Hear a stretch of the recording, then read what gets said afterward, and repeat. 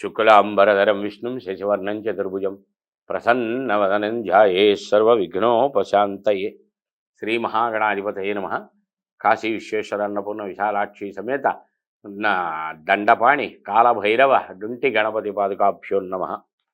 ఆధ్యాత్మిక మిత్రులారా, ఈ భవిష్యత్ దర్శిని కార్యక్రమంలోని రుద్రాక్ష మహిమ అనబడే కార్యక్రమానికి స్వాగతం. మీ Yogananda Sharma, Sripeethamu Rudrakshashala Navaratna emporium, new Nallakunta, Shivam road, Hyderabad. Phone number 9494409777. Since 1990 reach your destination. ఆధ్యాత్మిక మిత్రులారా, ఈరోజు అత్యద్భుతమైనటువంటి రుద్రాక్షల్లో ఒకటి 14 ముఖముల రుద్రాక్ష. దీనినే చతుర్దశముఖి రుద్రాక్ష అంటారు. మనకి లోకాలు ఎన్ని? బ్రహ్మాండ భాండాలు కోటాను కోట్లున్నాయి.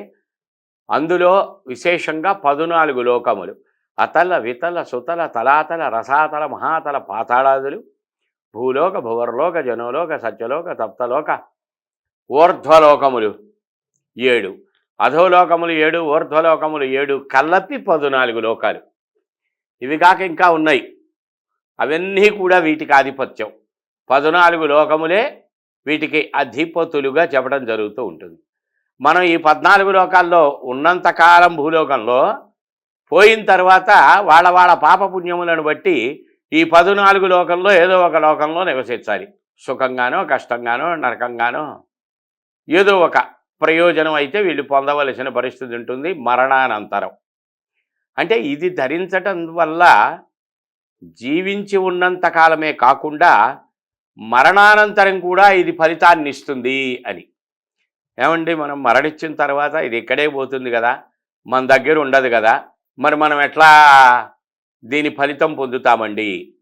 జీవించి ఉన్నంతకాలం ధరించావుగా, దాని ఫలితం అక్కడికి పోయిన తర్వాత కూడా ఇస్తుంది. ఉదాహరణకి సెంటు కొట్టుకున్నాం. ఈ కొట్టుకున్న చోట ఉంటేనే వాసన వస్తుందా? ఇక్కడ సెంటు కొట్టుకొని విజయవాడ పోతే వాసన రాదా? గుంటూరు పోతే రాదా? ఇంకో ప్రాంతానికి వెళ్తే రాదా? అలాగే ఇది ధరించినందువల్ల కలిగినటువంటి ఫలితం ఇహపరాలపైన ప్రభావితం అవుతుంది అని. 14 ముఖముల రుద్రాక్షకి ఒక్క రిజల్ట్ చెప్పడానికి లేదు. ఇప్పటి వరకు చెప్పినటువంటి రుద్రాక్షల్లో ఒకటి ఒక్కొక్క ఫలితానికి ఒక్కొక్క విశేషంగా ఒక్కొక్క ముఖం పనిచేస్తుంది అని చెప్పడం జరిగింది. 14 అలా కాదు, అన్నీ ఇస్తుంది.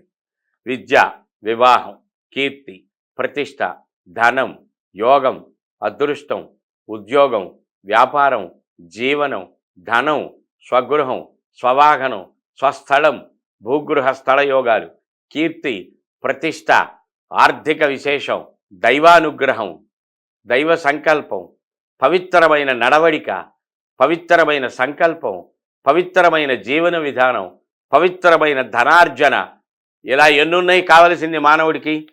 వాటన్నింటిపైన దీని ప్రభావం ఉంటుంది.